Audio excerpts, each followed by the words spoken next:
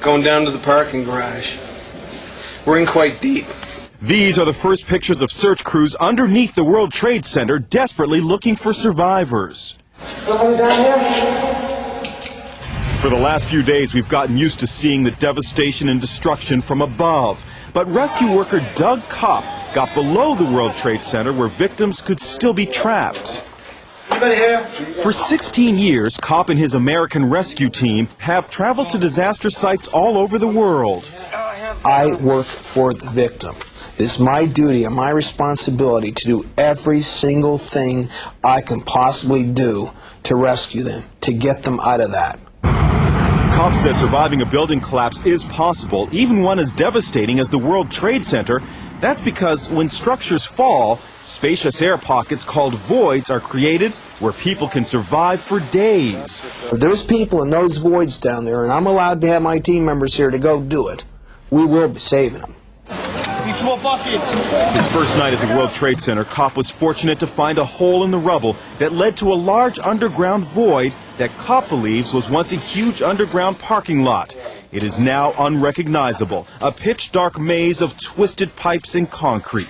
There's another void up there. For 20 minutes, Kopp and a crew member, along with 2 police officers, searched for any sign of life. Hello! Kopp was encouraged when he thought he heard some banging.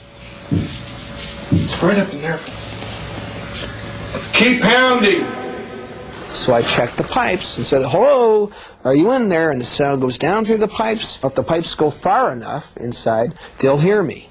If you're trying to signal us, hit 3 large hits. If you're trapped inside pitch black dark, buried alive, and if you hear someone saying, anybody in there, you better believe, okay, you're going to be responding very loudly, yes, I'm here. Unfortunately, the noise they heard was most likely from crew workers above. But Kopp is not giving up. I'm expecting that people can survive inside there for 12 days without food and water. Kopp says he's been to over 100 disaster sites and believes you have a chance of surviving if you know what to do. If you can't escape the building, position yourself next to, but not under, a large, sturdy object. This could create a void. If you get under something that's crushed, you're crushed. If you're in a void, you don't get crushed. You survive. Don't get in an elevator. The rails for the elevator will break and snap. The bolts will come out before the rest of the building falls down or is damaged. Know all exits and stairways that can be used as an escape route and evacuate immediately if possible. Many of the survivors at the World Trade Center were people who knew the way out.